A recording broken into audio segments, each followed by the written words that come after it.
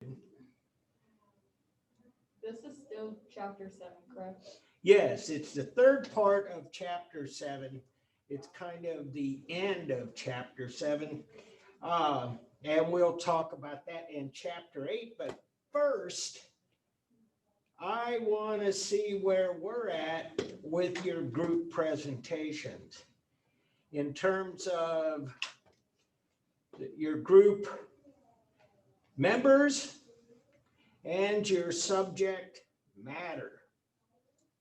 And so do I have anybody want to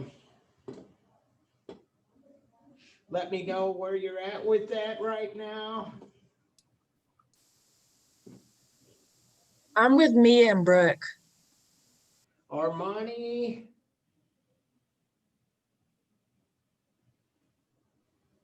And who'd you say you were with? Mia and Brooke. Mia and Brooke. So you two guys, you're good with that? Yeah. Okay, good. We all pretty much have the same exact schedule. Yeah. So it's Okay, easier for us to good. get together. Hi, Brooke. Hi, Armani. Okay, just double checking, these guys are here actually. Yeah. So you guys are group 1, and what, do you have a subject picked out yet? Not yet. No. Okay, We're getting there.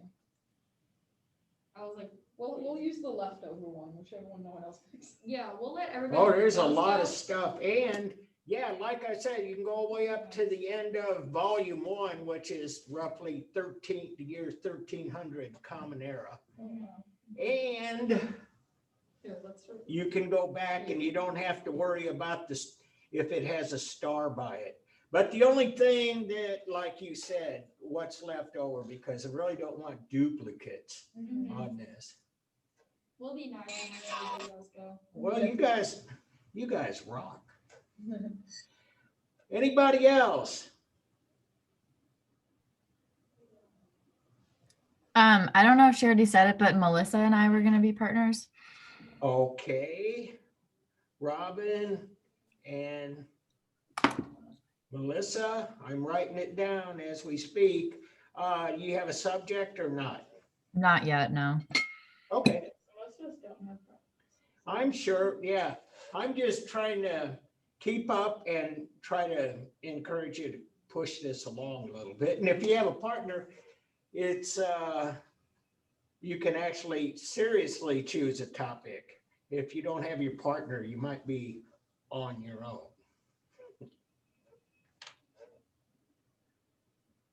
So, Caitlin, are you here tonight? Yeah, Abby King and I are going to be partners. Okay. And Abby? Or I didn't get all of that. Caitlin and, Abby King. Or Abigail King. yeah. I don't think she was able to make it to class tonight. I think she had to pick up an extra shift at work. Okay, that's fine. That's why I post these videos on the media gallery and stuff like that too. So Caitlin, I was gonna ask you to send me that thing. Yeah, I think I ended up sending another one like an hour ago, and I hope it worked this time. Okay. Okay, well, I'll check it. I turned my phone off because I didn't want it to ring in class. All Yeah. right, well, I'll write you back and we'll work that out. Thank you. You're welcome.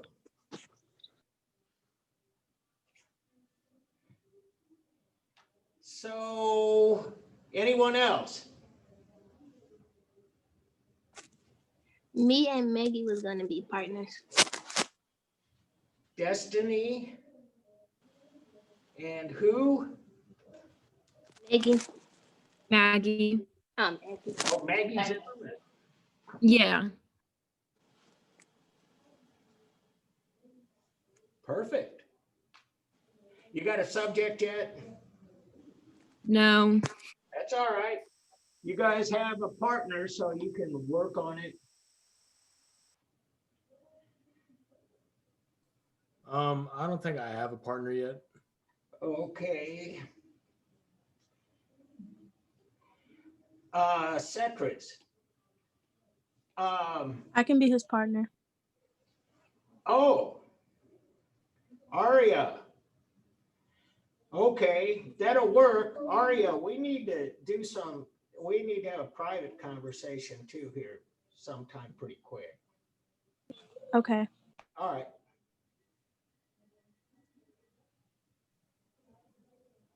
This is Michael. I don't have a partner either. Michael Reed.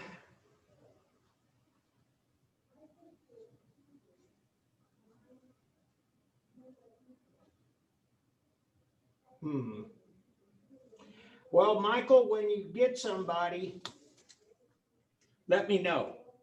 And what I've done is open up another tab on Canvas. If you look on the right-hand menu, you'll see discussions.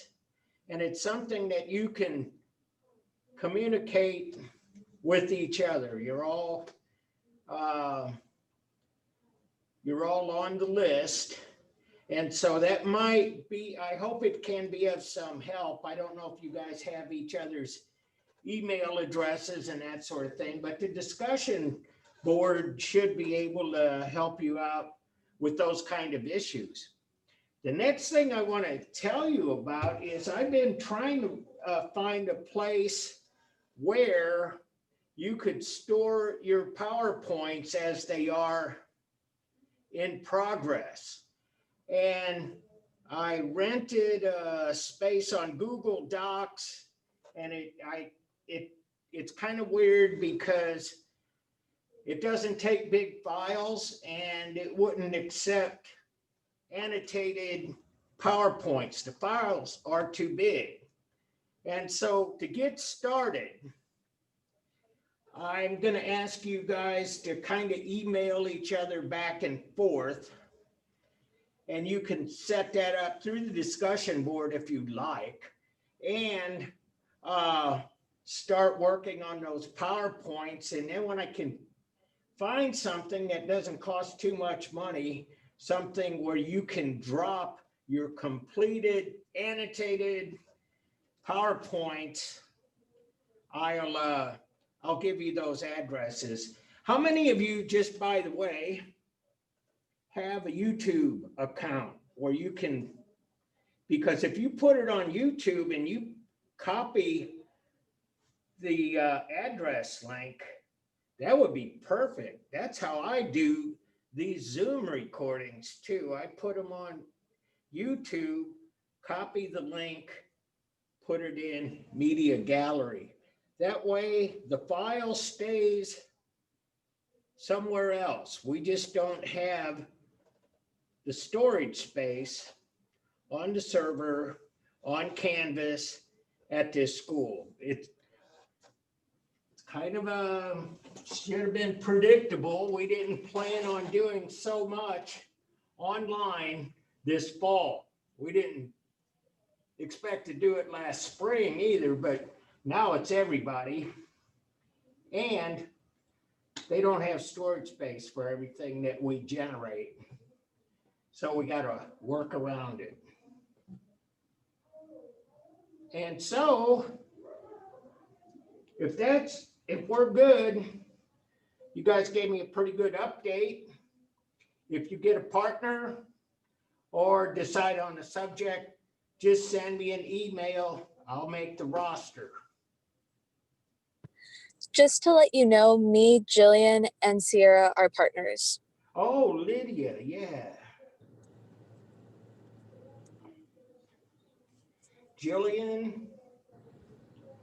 Lydia, Jillian, and who else? Sierra. Sierra. I think I knew that, but I lost it. That's good. Perfect. Thank you. You're welcome. So I put this is the last part. I'm talking about the Roman Empire. This is the last part of the chapter. And I kind of pulled some slides out from other parts of the chapter. What I wanted to show you, the overarching idea here for this part of the PowerPoint is that the Roman Empire in its heyday was very expansive. They built stuff all over the place in the empire. One of the strategies the Romans used was that they actually try to make life better under Roman occupation. So they built baths, they built aqueducts, they built stadia, they built amphitheaters. They did a lot of things wherever they went. And they had this notion of actually played it pretty smart, that if they could keep the population better off than they were before, maybe they wouldn't object so much to Roman occupation. And the Roman occupation, on the other hand, meant that if they could, how should I say this, foster thriving economies throughout the empire, they could tax those subjugated countries and areas and cities and so on. When we talk about this, I can't help but think about the Bible all of the time, because the Bible, and in Jesus' time, Romans were occupying what is now referred to as the Holy Land, the Middle East. And there are a number of stories about how Jesus and the Romans' lives were connected. And so the obvious one is the crucifixion and Pontius Pilate and the Pharisees and how that all came about. But there are other little stories in the Bible that kind of develop the point too. For instance, render unto Caesar what is Caesar's. And this is a parable. It's about a story where St. Peter, the fisherman, finds a coin in the mouth of a fish that he caught. And he wanted to keep it. And the tax collector came by and said, "You owe us money. Pay your taxes." And there was a dispute, and Jesus settled the dispute by saying, "Render unto Caesar what is Caesar's, and unto God what is God's." And he proved that it was Caesar's because Caesar's face was on the coin. So anyway, the Roman Empire, they changed a lot of lives. They were very influential. And oftentimes, those cultures had an effect on the Romans themselves. And so this is from Italy, but this is kind of an interesting object, and it's an Asiatic sarcophagus. And the fact that it is done, much of the sculpting is in Asiatic style. Not all of it, to be sure. Some of these figures look like they come right out of ancient Greece, but some of this comes right out of South Asia.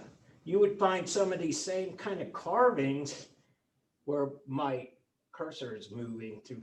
This could come out of India at the time. So they call this an Asiatic sarcophagus. And you guys remember what a sarcophagus is, I'm sure. It's a casket.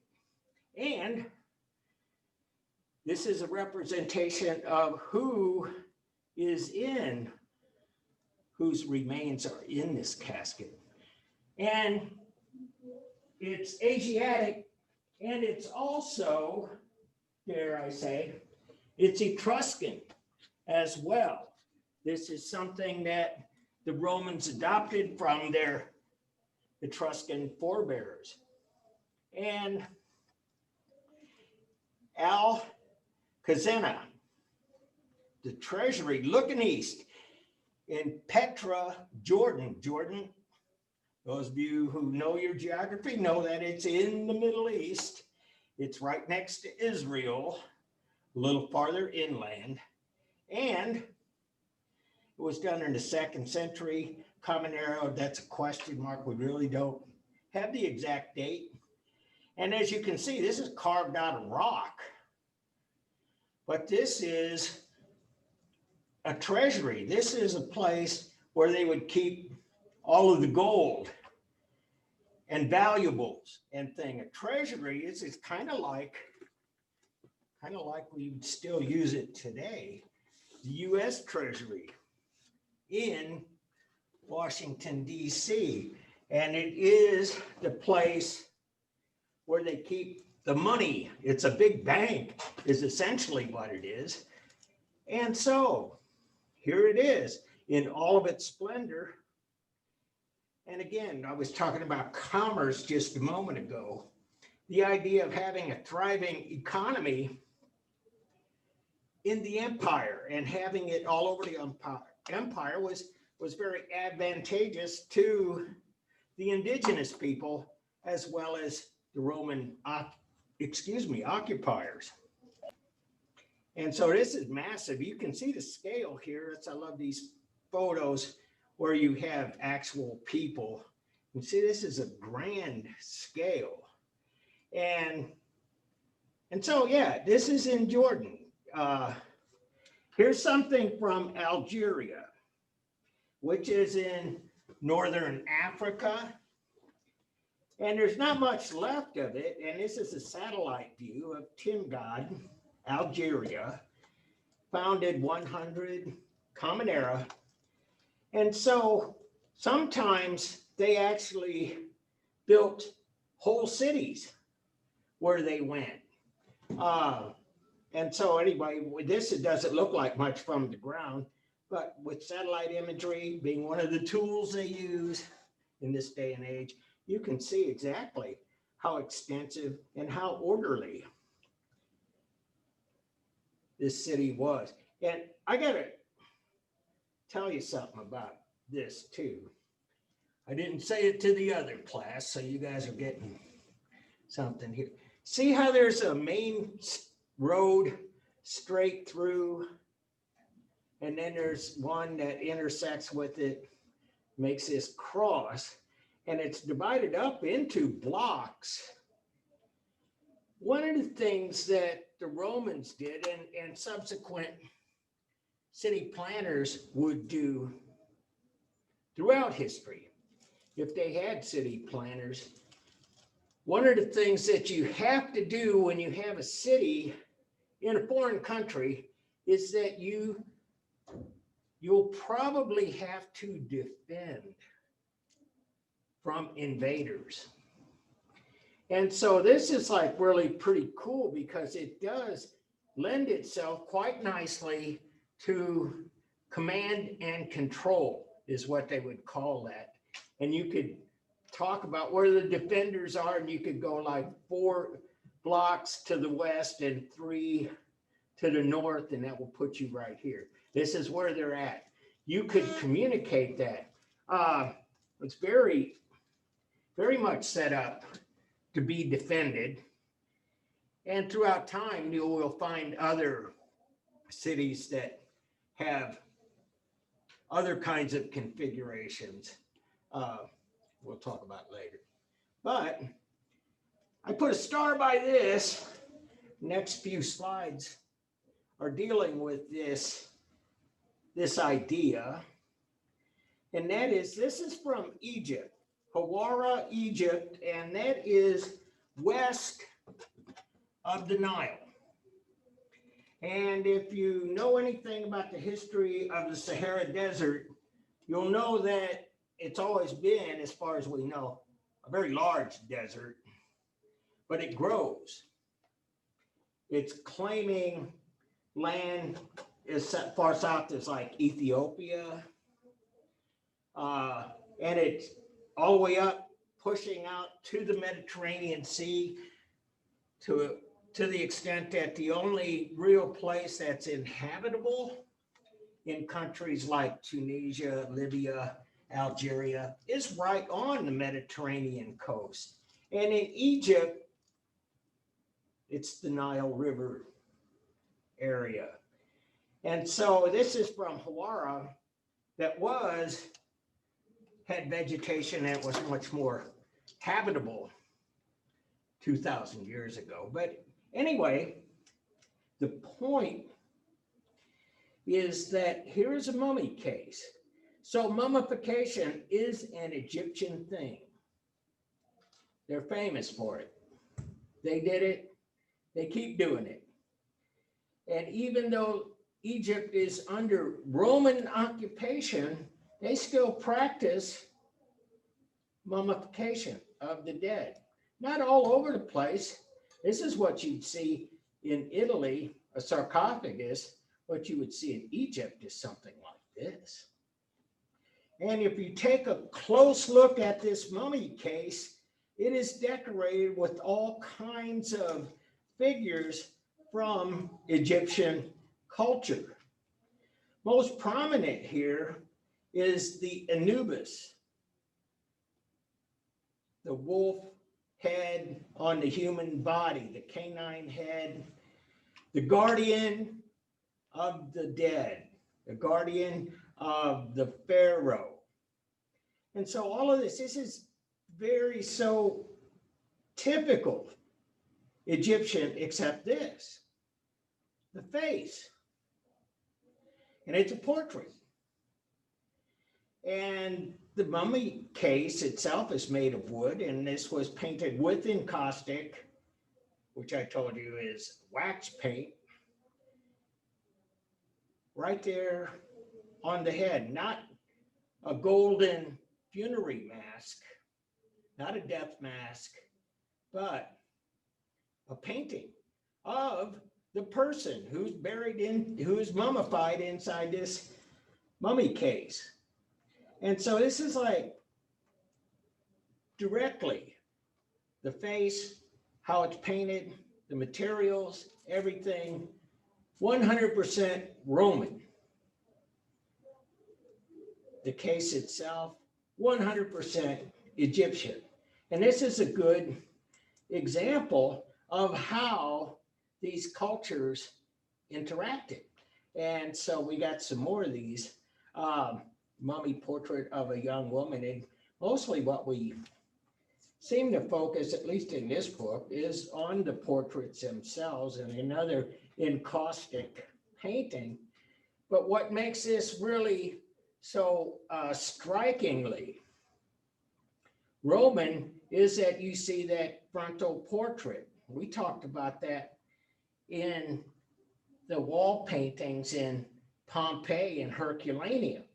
We start to see figures not in profile, but as portraits, as either 3/4 or full frontal portraits. And you can see it's still from the same time period. Another one, a little later, but mummy portrait of a priest of Sir Apis, I'm sorry, put another P in. Anyway, bottom line, lifelike, gives you some indication of who he is with this headband. It's a symbol of being a priest in Egyptian culture. And so, this is from Libya, the Arch of Septimus Severus. And so, again, I showed you a bunch of triumphal arches around Rome and then some in other places throughout the empire. And this is just an example of that. And this is in Libya, which is, again, a country in North Africa. Mostly the same kind of style. And as I say, often the Egyptians were symbolist. The Greeks were ideal in their portraiture and sculpture. And the Romans tried to be more real or naturalistic. And just take like this. This is not a classically ideal face. It looks more real than that. And so anyway, that's what's going on here, and especially with having children out here in the chariot procession and stuff, and some of the elders watching from the balcony and so on. And this is from Italy as well, but we know who it is. And this is yet another indication of how expansive the empire was and how there was this exchange. Portrait bust of Philip the Arabian. Arabians are not Romans. And so, bottom line, this person was of stature in the Roman Empire, enough so that we know who it is. And again, not particularly ideal. Looks like a real person. Looks kind of tough. Got a furrowed brow and kind of, I wouldn't want to mess with him, but you know.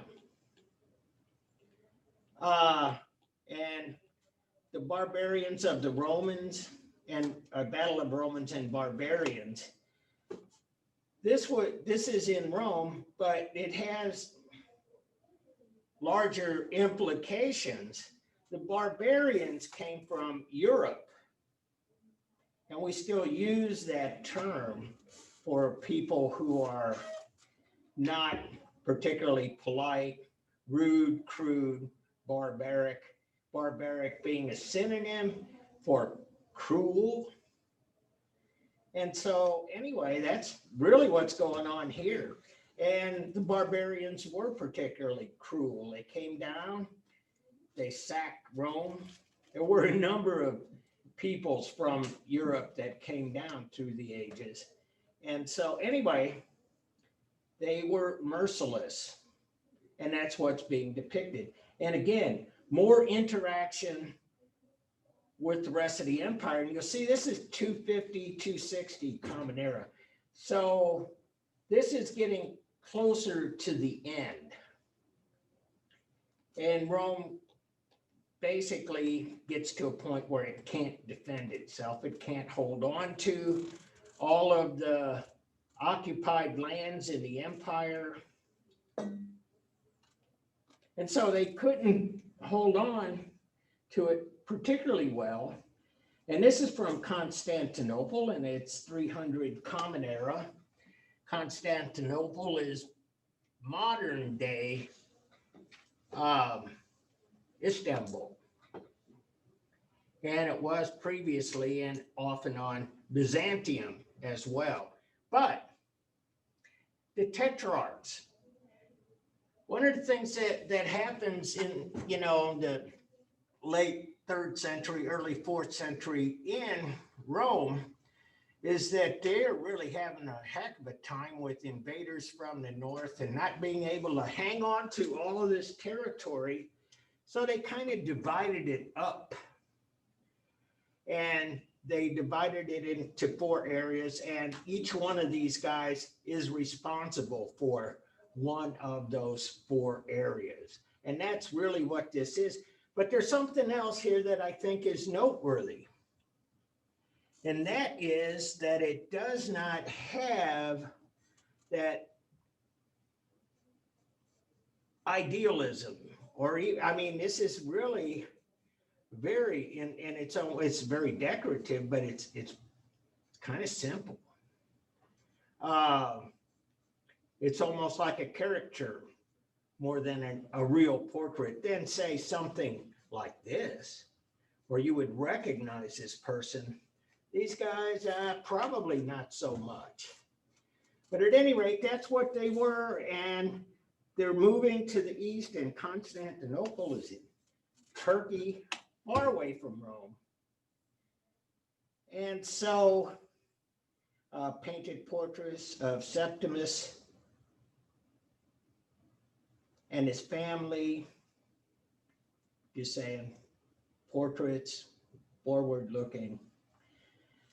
Restored view of the palace of Diocletian, who was one of the late Roman emperors. Diocletian split Croatia. This is across the Adriatic Sea from Italy. And it's one of the parts of the Roman Empire that has been kind of cut and restored, Diocletian being the emperor of this part of the Roman Empire. And so this is in Croatia, which is in the Balkans. And again, like I said, wherever they went, they built things. And so this is, and again, look at this. This is fortification here, folks. This is kind of what you'll find in medieval times when they build castles. You have this walkway across the top where you can move your armies around the top. We have guard posts. We have places that are protected. And it's right there on the sea too, which is actually kind of remarkable in itself. And so the restored view of the palace of Diocletian.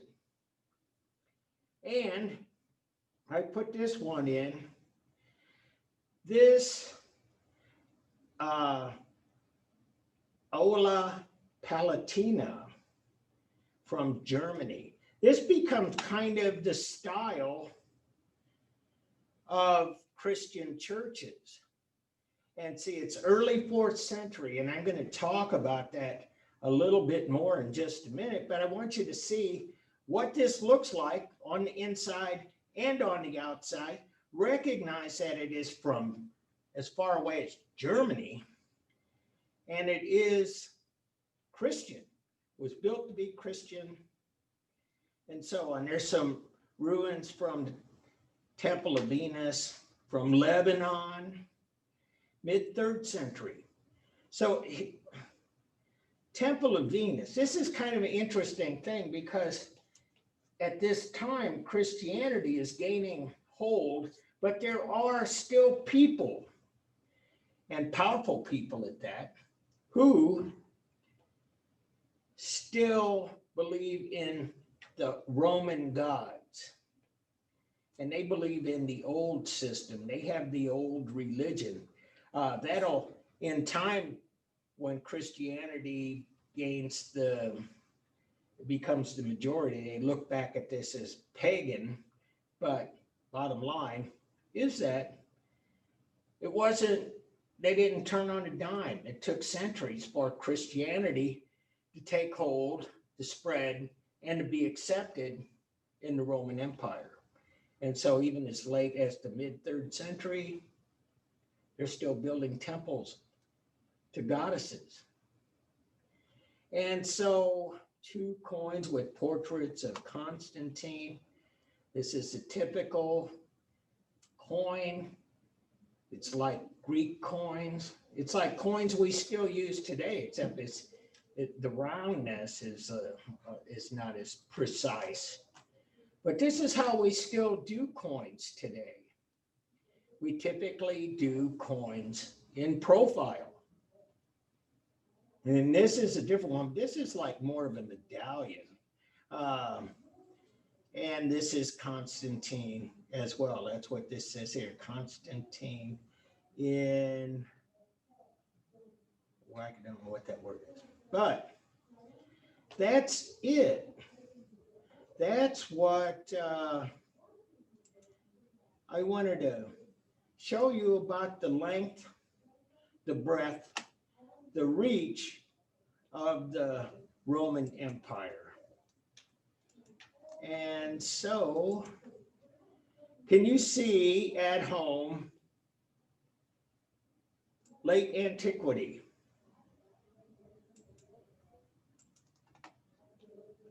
You guys see Yeah, that? I can see it. Yep. Yeah. Okay, good. Look good on this end too. I usually get in trouble when I start moving around a little too much, but anyway, late antiquity. And what they are talking about in the book, late antiquity, is that time at the end of the Roman Empire and before the Middle Ages. And so this is the Mediterranean world in late antiquity. And you see, this is a lot different than the map I showed you at the beginning of chapter 7. Gone are all of these regions. France, they still occupy southern France, but there's split, there's Croatia. We're going to look at this in Syria, Dura, Europos, Jerusalem, Bethlehem, Alexandria at the mouth of the Nile. Doesn't exist anymore, but it was built by the Greeks. Constantinople, Byzantium, Istanbul. They got all three names right there. And it's typically considered to be the bridge between Europe and Asia. But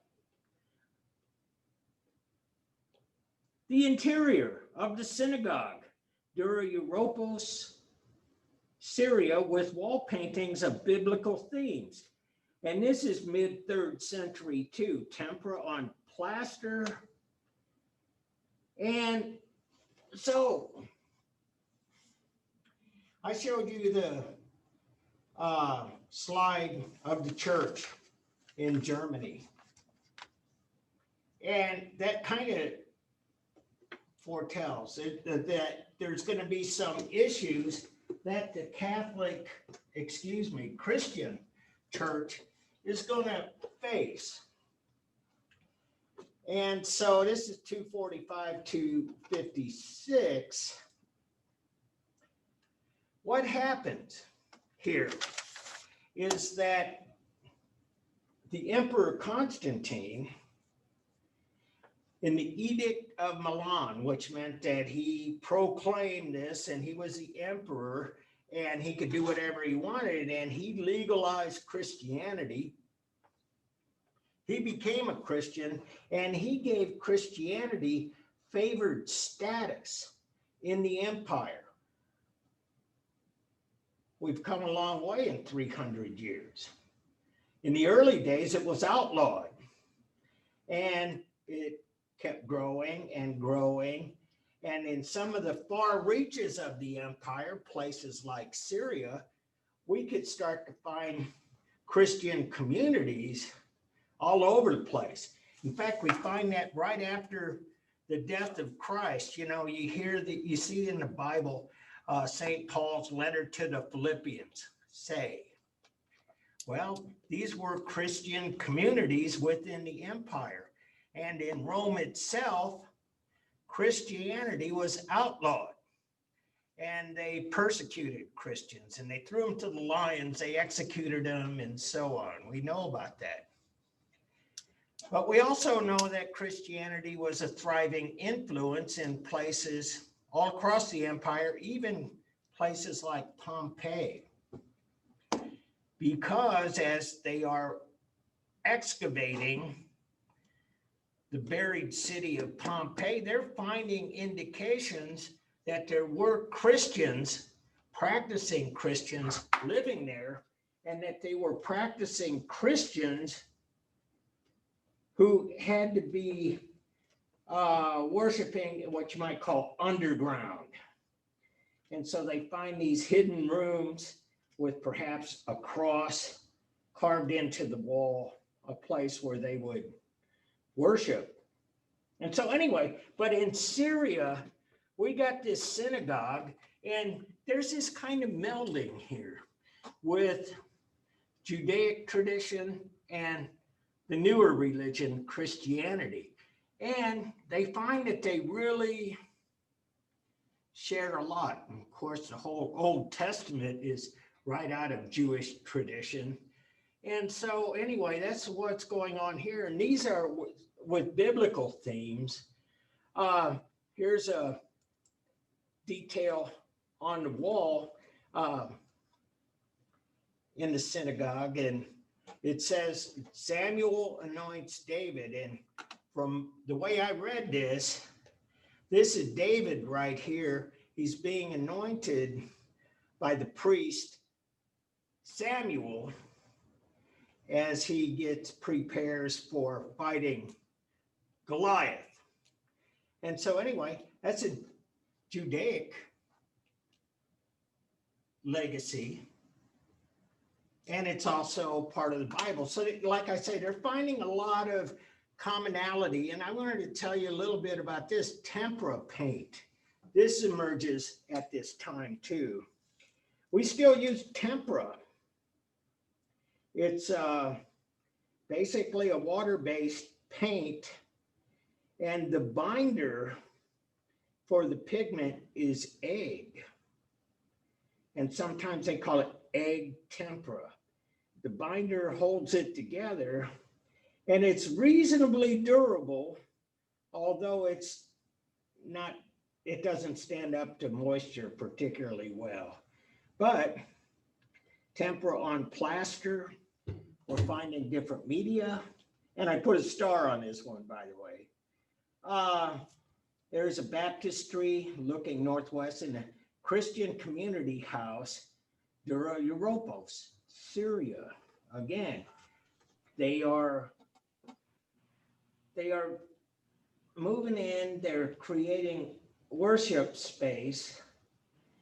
And when they become legal, they have to start figuring out what kind of architecture supports their religion. And the other things about, like, what do you do with your dead, for example. And this is a decoration, 3rd century fresco in a Jewish catacomb in Rome. And so the Christians adopt what the Jewish people have been doing with their dead. How many people know what a catacomb is? Is there like a different casket or another coffin? Well, it is in kind of a way. It's basically an underground tunnel. It's like they dig a cave, and then they might flatten a part of it out like this and decorate it. But in the walls, typically, they dig holes and they stick the bodies inside the wall. And you can actually go on tourist visits in the catacombs in Rome, and you can go down in there and see all of the remains of all of the people. I have a And it was question. what? Did the Egyptians did that? Well, Egyptians, they didn't really go to such lengths with ordinary people. And their royalty, they had created specialized tombs for them. But then we saw just a little while ago about how they started mummifying regular people. They didn't put them in catacombs, though.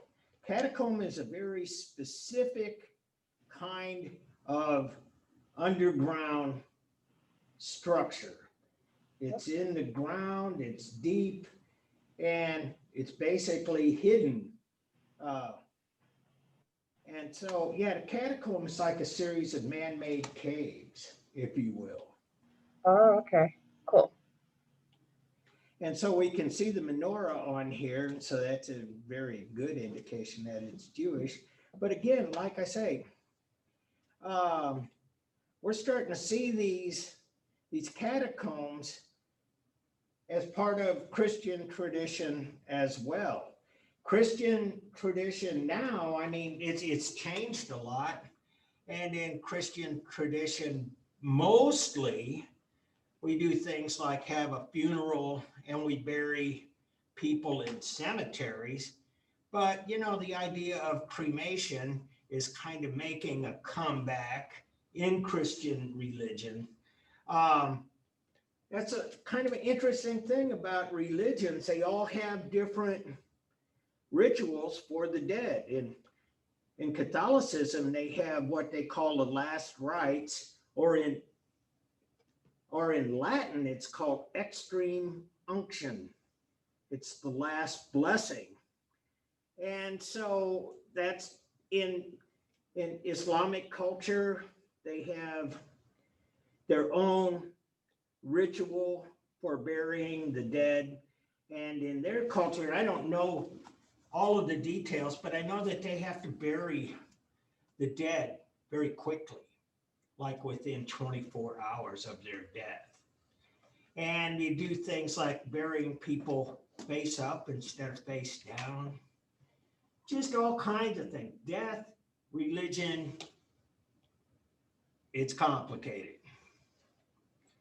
And so the Good Shepherd, the story of Jonah, yeah, all of this is all Christian iconography. And I want to get here a little bit too. Okay, sarcophagus with philosopher, Orant, New and Old Testament scenes, and so on. And so parts of this, birth of Christ, well, we think this is Mary. This is a motif we'll see a lot of too. Christ, the Good Shepherd, and so on. The dove coming from heaven, the Holy Spirit, and so on. But it has New and Old Testament. And here's the philosopher, or that's like an oracle of somebody that smarter than everybody else and predicts the future. And so here's some more catacomb art, and this is Christian. And this is sort of a variation, but one of the things that they have to do with Christian art is that they have to figure out how to portray Jesus in a standard way so that when people see this image, they know it's Jesus. And this is kind of more developed because we see the halo here. And so we see the halo here. Jesus. But I'm going to skip over this. But here is, in the early days of Roman legalized Christianity, and this is from Rome, the Good Shepherd. Christ as the Good Shepherd. How many of you know about the parable about the Good Shepherd? It's in the Bible. I Sundays. heard about it. Pardon? I heard about it. Yeah. It's a parable told by Jesus, recorded in the Bible, and he talks about the Good Shepherd. And it was really because Jesus was spending a lot of time trying to reach out to people who were sinners. And at some point, even neglecting his followers to reach out to bad people. And Jesus explained why he did that with this parable of the shepherd. And the shepherd, he said, will abandon his flock A good shepherd will abandon his flock of sheep to go rescue a stray lamb. And that's what he's doing. And this is Jesus. There is the sheep. He is the good shepherd, period. But there's some of this I want you to take a look at. And it is basically a Roman statue, and it's not particularly ideal, but it's a young man. And he has no beard. He has no halo. He could be anybody, but this is Christ. And so in the early days, they didn't have all of these symbols, all of this iconography developed. And so this is what you got. I mean, we know what it is, and we know because Christ and the Lamb and all of that. But this presents a problem for artists of the time. And we saw Laocoon and his sons from Hellenistic Greek art. And Laocoon was the center figure in that group of sculptors. But bottom line, Laocoon was older and supposedly wiser. So he's got a big old beard. And that's how they portrayed age and wisdom back in the day. Well, Christ was wise, but he was also young. He was crucified at the age of 33. He died a young man. Bottom line, they were going with the youth rather than the wisdom. That'll change. This is Christ seated, and again, portrayed like a young man, but no beard, no halo, no, not really a lot of indication of who he is, except we know that. The other part of it is, see down there on the bottom? Another archaeological find, market, just saying. And so, in 323, Emperor Constantine does move the center of the Roman Empire to Byzantium. And eventually they renamed that Constantinople. And we still have the rest of the Roman Empire to be sure, but it's kind of fragmented and it's in pretty bad shape. What was going on here in Turkey was actually quite different. They were prosperous, they were well defended, this culture thrives. And so anyway, Constantine being the first Christian Roman emperor, and his mother converts to Christianity as well. And she's an elderly woman, like approaching 80 years old. Her name's Helena. We call her Saint Helena now. And she and an escort of Roman soldiers traveled to Jerusalem to find all of the artifacts that they could find about Jesus. And the Holy Sepulchre is this church where they believe Christ was buried.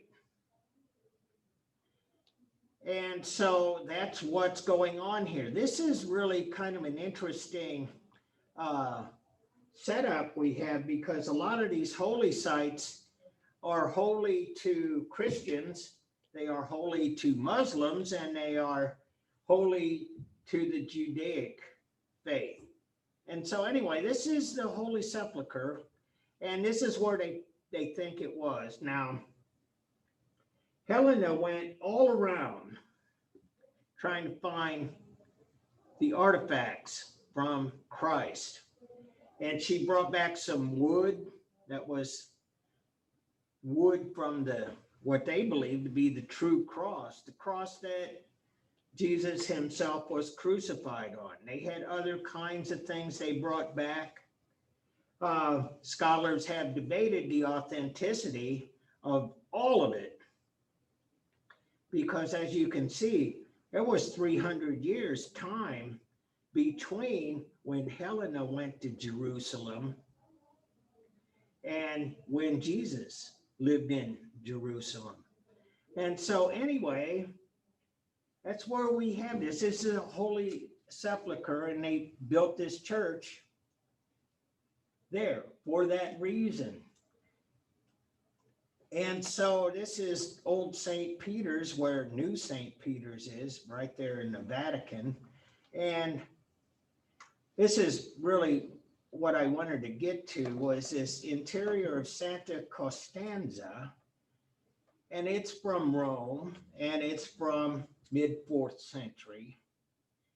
And we see it uses a lot of the same architecture that we see in Roman temples, a lot of archways and a dome and everything.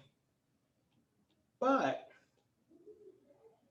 it is a Christian church. That's one of the other problems. We talk about iconography, trying to develop on how to depict Christ and all of the holy people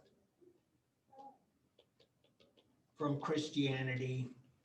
They got to figure out what's a good way to build your church that represents all of the ideals and all the tenets of the faith. And so this is an early Christian church. These chairs, that's a modern thing. Back in the day, there were no pews, there were no seats. People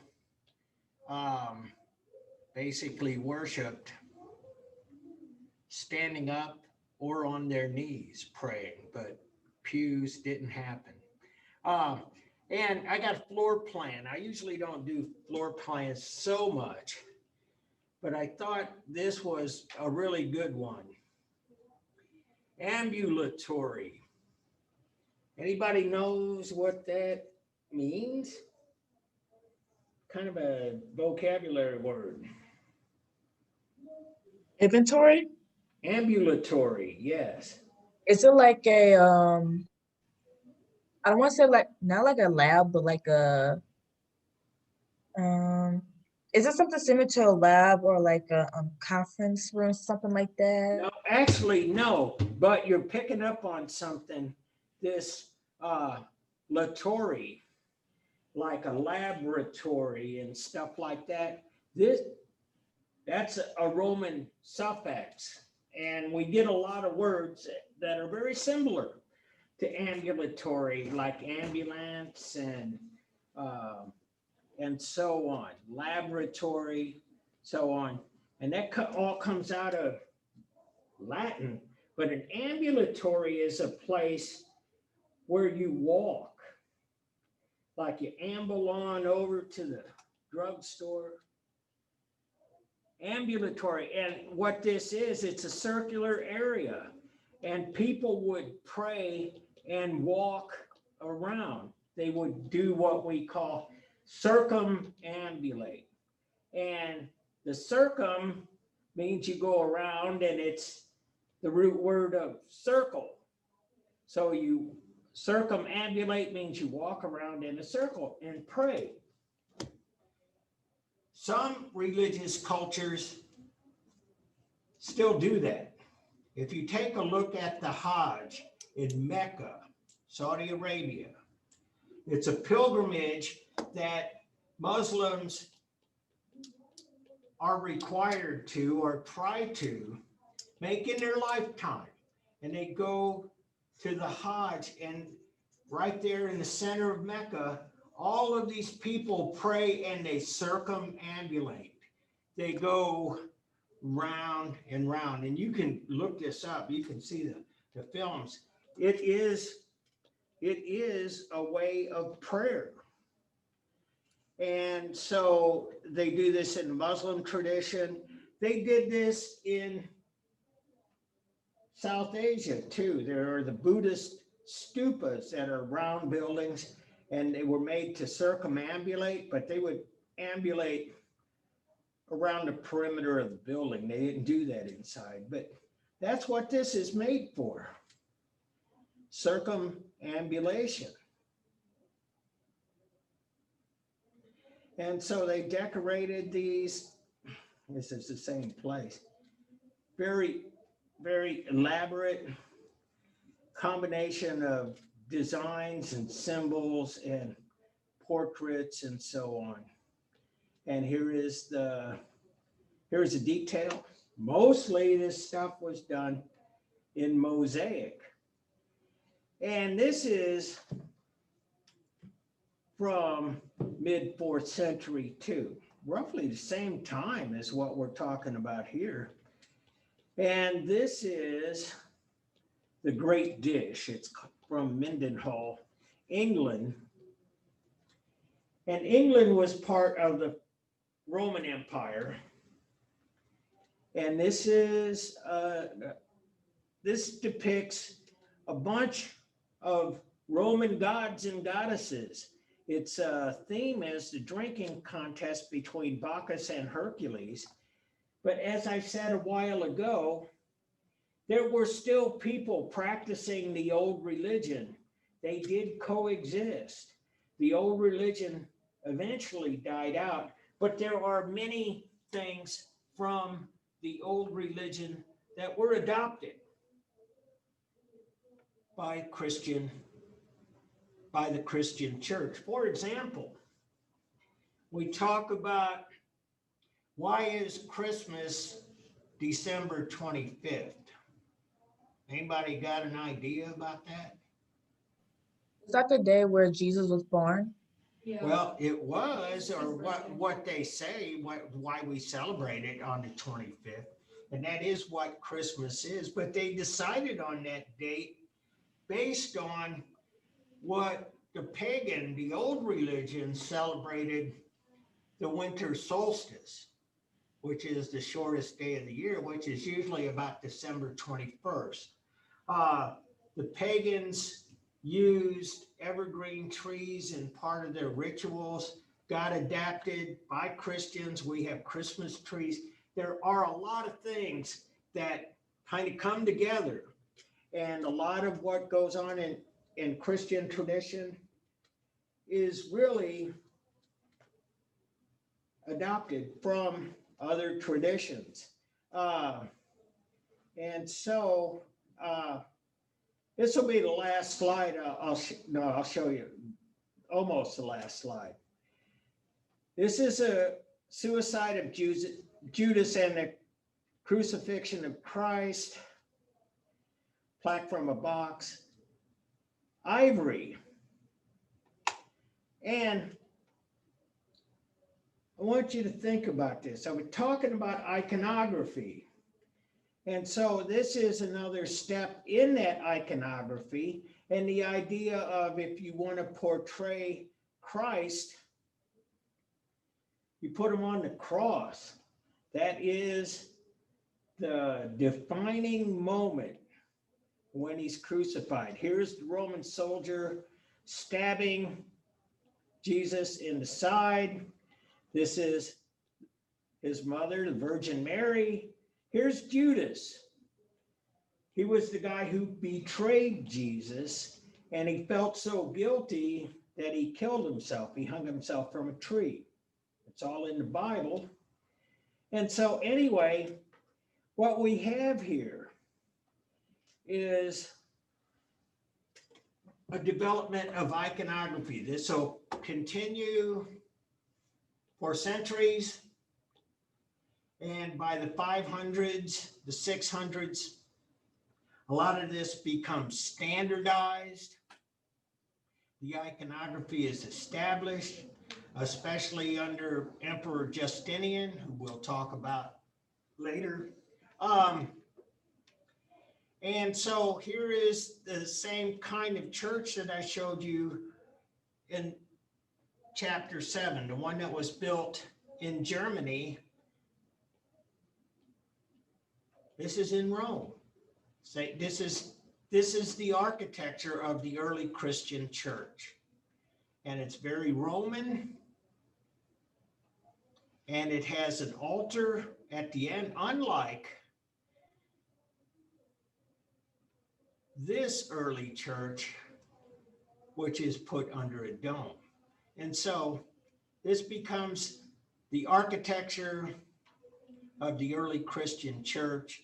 And one of their inventions is that they start to put some of the stories on the doors, much like the friezes on a triumphal arch or a commemorative column. And so they start portraying scenes from the Bible on doors, and that'll continue too for a long time. And so it's getting late. I want to know if you have any questions, any comments? Nope. Nope. Well, I'll take that as a no. And I'll take it that, hope that you guys will have a wonderful weekend, and I'll see you guys on Monday. And again, Yeah. don't forget, when you choose subjects, let me know. Thank you. Okay, see you guys later.